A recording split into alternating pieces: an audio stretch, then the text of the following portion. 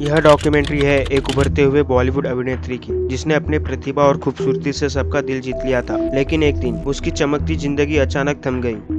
कृतिका चौधरी, एक नाम जो बॉलीवुड की दुनिया में धीरे धीरे अपनी पहचान बना रहा था, मगर एक रात ऐसी आई जब सब कुछ बदल गया।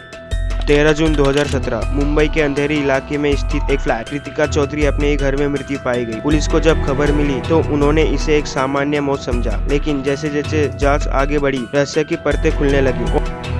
कौन था कृतिका का दुश्मन? क्या यह कोई व्यक्तिगत रंजिश थी या फिर इसके पीछे कोई बड़ा षड्यंत्र? पुलिस के सामने कई सवाल थे और जवाब थे कई छुपे हुए। कृतिका बहुत ही खुशमिजाज और मेहनती लड़की थी। उसके साथ ऐसा कौन कर सकता है, यह समझ से परे है। इस कहानी में हर मोड़ पर रहस्य और सस्पेंस है। कृतिका चौधरी की हत्या का यह केस हमें एक ऐसे सफर पर ले जाएगा जहां हर कदम पर नए रहस्य और खुलासे हमारा इंतजार कर रहे हैं। क्या कृतिका को न्याय मिला? कौन था असली गुनहगार? चलिए जानते हैं इस रहस्यमय हत्या की पूरी कहानी। आगे बढ़ने से पहले इस वीडियो को लाइक जरूर कर देना, जिससे एक छोटे यूट्यूबर को मोटिवेशन और वीडियो बनाने का प्रोत्साहन मिलता है। तो आगे बढ़ने से पहले कृपया कर इस वीडियो को लाइक और सब्सक्राइब जरूर कर देना। 12 जून 2017 flat number 502 Shri Bhairavnath SRC society, Andheri west. दोपहर 3:45 की बात है। बिल्डिंग की 5वीं मंजिल पर रहने वाले लोगों को फ्लैट नंबर 502 से कुछ अजीब दुर्गंध आ रही थी। उस फ्लैट में एक्ट्रेस कृतिका चौधरी रह रही थी, जिनकी आस पड़ोस के लोगों से ज्यादा बातचीत नहीं थी। लोगों ने सिर्फ उन्हें आते जाते देखा था। वो अक्सर काम के सिलसिले में घर से बाहर रहती थी और ज्यादातर लोग उनके प्रोफेशन से अनजान थे। पड़ोसियों ने दुर्गंध आने पर संदेह जताया। हलचल सुनकर लोग जमा होने लगे। जैसे जैसे लोग फ्लैट की तरफ कदम बढ़ा रहे थे, वैसे वैसे दुर्गंध तेज हो रही थी, मानो कुछ सड़ रहा हो। गौर किया तो फ्लैट से टीवी चलने की आवाज सुनाई दे रही थी, लेकिन दरवाजा बाहर से बंद था। आस पड़ोस के लोगों ने यूं ही घर में दाखिल होना ठीक नहीं समझा और तुरंत पुलिस को खबर दी। जब सब इंस्पेक्टर श्रीकांत यादव अपने टीम के साथ दरवाजा खोलकर घर में दाखिल हुए तो मंजिल दिल दहला देने वाला था। नाइट ड्रेस पहनी कृतिका चौधरी की खून से लथपथ लाश बिस्तर पर पड़ी सड़ चुकी थी। कमरे का AC चालू था, जिससे कमरे का टेम्परेचर कपा देने वाला हो चुका था। जाहिर है कातिलों ने बॉडी को डिकम्पोज होने से बचाने के लिए एक AC खुला छोड़ दिया था। पुलिस के शुरुआती जांच में पाया गया कि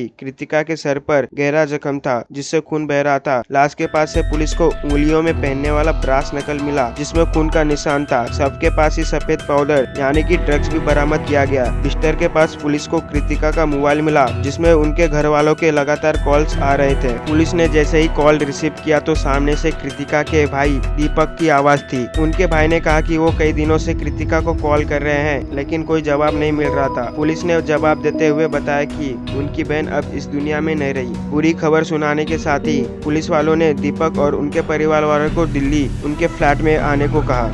कृतिका चौधरी उत्तराखंड के हरिद्वार की रहने वाली थी। वो पहले जॉब के लिए दिल्ली गई और शादी करके फिर मुंबई शिफ्ट हो गई थी। सब मिलने से 7 दिन पहले यानी कि 5 जून को उन्होंने अपना 27वां जन्मदिन मनाया था। उन्होंने अपने फ्लैट में ही बर्थडे मनाया था और घर वालों से बात की थी। कृतिका के भाई दीपक चौधरी ने बताया कि उन्होंने 8 जून को आखिरी बार कृतिका से बात की थी। उसके बाद से ही कृतिका उनका कॉल नहीं उठा रही थी। घर वाले कई दिनों से संपर्क न हो पाने के चलते परेशान हो रहे थे। पुलिस ने शुरुआती जांच में पाया कि 8 जून को ही कृतिका की मौत हो चुकी थी और तब से ही बंद फ्लैट में उनकी लाश सड़ रही थी। पुलिस को शक था कि उनके साथ शारीरिक हिंसा हुई है। मौत का सही कारण जानने के लिए पुलिस वालों ने सबको पोस्टमार्टम के लिए भिजवाया था। अब आगे हम जानते हैं कृतिका के बारे में कुछ पर्सनल चीजें, उनकी शादी कैसे हुई और उनका डिवोर्स क्यों हुआ और इस केस में उसकी दोस्त का कितना बड़ा भूमिका है। चलिए जानते हैं। पुलिस ने कृतिका चौधरी हत्याकांड के बाद उनसे जुड़े कई लोगों से बातचीत कर उन्हें करीब से जानने की कोशिश की। इस दौरान क्राइम ब्रांच की टीम ने उनकी करीबी दोस्त से संपर्क किया। दोस्त ने बताया कि वो 1 साल पहले ही मुंबई छोड़ चुकी है और दिल्ली में रहती है। उनकी कृतिका से 2 साल पहले ही दोस्ती टूट चुकी थी। दरअसल कृतिका ने एक बार नशे की हालत में बिल्डिंग से कूदने की कोशिश की थी। इस वाकये के बाद उन्होंने डरकर दोस्ती तोड़ ली थी। कृतिका की दोस्त ने नाम न लिखे जाने की शर्त पर क्वीन को दिए एक इंटरव्यू में बताया था कि कृतिका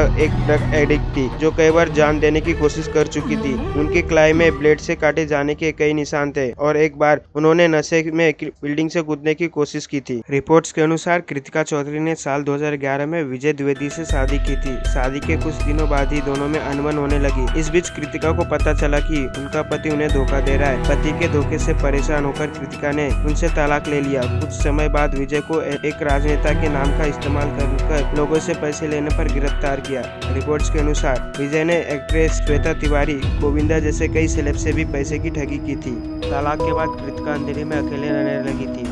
नौकरी नौकरी के साथ साथ कृतिका ने मॉडलिंग शुरू की थी। कृतिका की दोस्त ने इंटरव्यू में बताया कि 2013 में उनकी एक मॉडल और कोऑर्डिनेटर के जरिए कृतिका से मुलाकात हुई थी। उन्होंने एक प्रोजेक्ट के लिए मॉडल की जरूरत थी, जिसके लिए उन्होंने कृतिका को मॉडलिंग ऑडिशन के लिए बुलाया था। उन्होंने कृतिका को एक प्रोजेक्ट में लिया था, जिसके बाद दोनों की दोस्ती हुई थी। साथ समय बिताते हुए उनकी दोस्ती को एहसास हुआ कि कृतिका एक ड्रग एडिक्ट है। वो अक्सर कॉल कर ड्रग्स मंगवाती थी। ड्रग्स लेते हुए कृतिका की हालत बिगड़ती जा रही थी, जिससे उनकी दोस्ती फिक्रमंद थी। एक बार कृतिका उनके साथ उनके भाई की शादी में शामिल होने दिल्ली गई थी। इस दौरान उन्होंने कृतिका को समझाया था कि उन्हें ड्रग्स छोड़ देना चाहिए। कृतिका हर बार समझाने पर मान जाती थी, लेकिन बाद में मुकर जाती थी। उनकी दोस्त ने बताया कि कृतिका की कलाई में कई ब्लेड मार्क थे, जिसे देखकर साफ था कि उन्होंने कई दफा आत्महत्या करने की कोशिश की थी। दोस्त ने बताया था कि एक बार दिल्ली में थी, जब कृतिका की बिल्डिंग के वॉचमैन ने उन्हें कॉल कर बताया कि वो बिल्डिंग की छत पर रेलिंग में खड़ी हुई है और कूदने की धमकी दे रही है। दोस्त डर गई। वो उस समय शहर से बाहर थी। ऐसे में उन्होंने अपने भाई को कृतिका की बिल्डिंग में भेजा। जब उनका भाई पहुंचा तो देखा कृतिका बिल्डिंग की छत पर खड़ी लगातार कूदने की धमकी दे रही थी। बिल्डिंग के नीचे भीड़ इकट्ठा हो चुकी थी और पुलिस भी बुलाई गई थी। उनकी दोस्त के भाई ने जद्दोजहद कर कृतिका को छत से उतारा और समझाकर फ्लैट ले गया। कृतिका के इस रवैये से विवाद इतना बड़ा कि सोसाइटी के लोगों ने साफ कह दिया कि अब कृतिका को इस बिल्डिंग में रहने की इजाजत नहीं दी जाएगी। नतीजन कृतिका को घर बदलना पड़ा और वो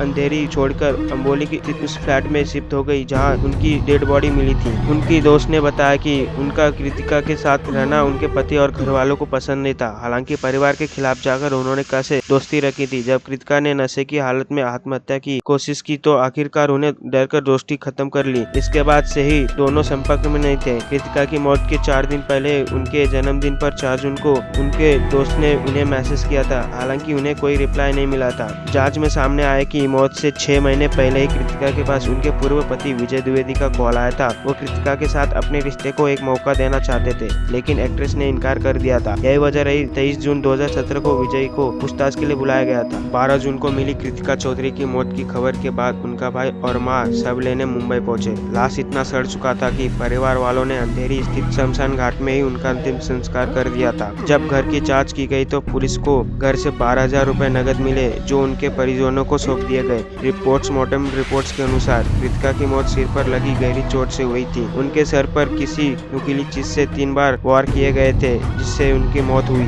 पुलिस को लाश के पास से ब्रास नकल मिला था, जिससे उन्हें मारा गया था। जांच के दौरान पुलिस ने कृतिका के बिल्डिंग के वॉचमैन को पूछताछ के लिए हिरासत में लिया। साथ ही बिल्डिंग में स्थित ग्रोसरी स्टोर में भी पूछताछ की गई। दुकान के मालिक ने पुलिस को बताया कि कृतिका 7 जून की शाम उनके दुकान पर आई थी। उन्होंने दूध, मट्ठा और एक सिगरेट का पैकेट खरीदा था, लेकिन उसके बाद से ही वह नहीं दिखी। एक्ट्रेस के भाई दीपक ने पुलिस को बताया कि कृतिका के घर से उनकी गोल्ड ज्वेलरी और कुछ कीमती सामान भी गायब है। कृतिका का फ्लैट खंगाने पर पुलिस को एक लड़के की शर्ट मिली, जिसमें कृतिका के खून के दाग थे। शर्ट के जरिए पुलिस ने हत्यारे तक पहुंचने की कोशिश की। शर्ट के जरिए डीएनए ट्रेस किया गया और साथ ही शर्ट के मालिक तक पहुंचने के लिए पुलिस ने कई रिटेलर से भी पूछताछ की। फ्लैट के बाद बिल्डिंग में लगे सीसीटीवी फुटेज के जरिए 2 अज्ञात लोगों को प्राइम सस्पेक्ट बनाया गया, जो बिल्डिंग से निकलते दिखे जा रहे थे। सीसीटीवी फुटेज इस केस के लिए अहम कड़ी साबित हुआ। पुलिस ने दोनों अज्ञात युवकों की तलाश शुरू कर दी।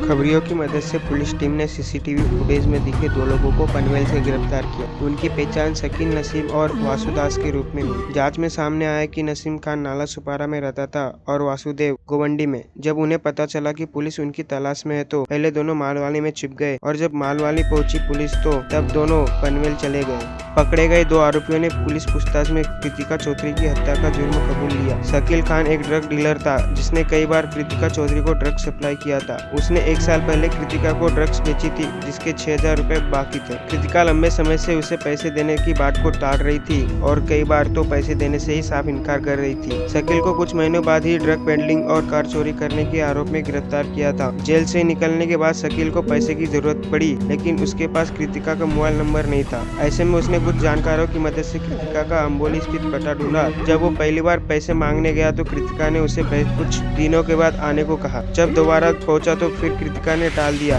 लगातार पैसे देने में आनाकानी कर रही कृतिका के रवैये से नसीम खान को गुस्सा आ गया। 8 जून को नसीम ने ठान लिया कि वो कृतिका से पैसे लेकर ही रहेगा। उसने अपने दोस्त वासुदास को कॉल कर कहा कि वो कृतिका से मामला खत्म करने जा रहा है और उसे साथ चलने को कहा। दोनों शाम को कृतिका के घर पहुंचे। घर पहुंचकर नसीम ने पैसे मांगे तो कृतिका ने फिर टाल दिया। तीनों की लंबी बातचीत चल रही थी, जिसके बाद उन्होंने घर पर ही खाना खाया। खाने के बाद तीनों के बीच चल रही बातचीत बहस में तब्दील हो गई। बहस के दौरान ही नसीम खान ने अपने हाथ में पहने हुए ब्रास नकल से कृतिका के सर पर हमला किया। पहले हमले में ही उनके सर से खून बहने लगा, लेकिन नसीब तब भी नहीं रुका। उसने तीर-बार कृतिका के सर पर वार किया, जिससे उनकी मौत हो गई। पुलिस के मुताबिक नसीम खान ने कृतिका के घर जाने से पहले ही उनकी हत्या की साजिश रच ली थी।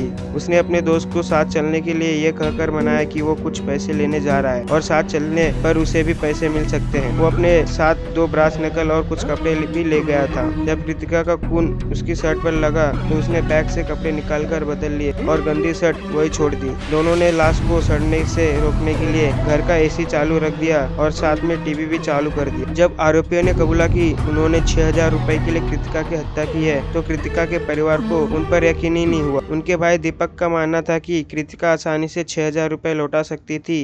उनके घर में 22,000 रुपए भी मिले थे। अगर उन्हें पैसे लौटाने थे तो वो उन रुपए का इस्तेमाल कर सकती थी। मौत से पहले कृतिका चौधरी के पास कई साउथ फिल्में थी।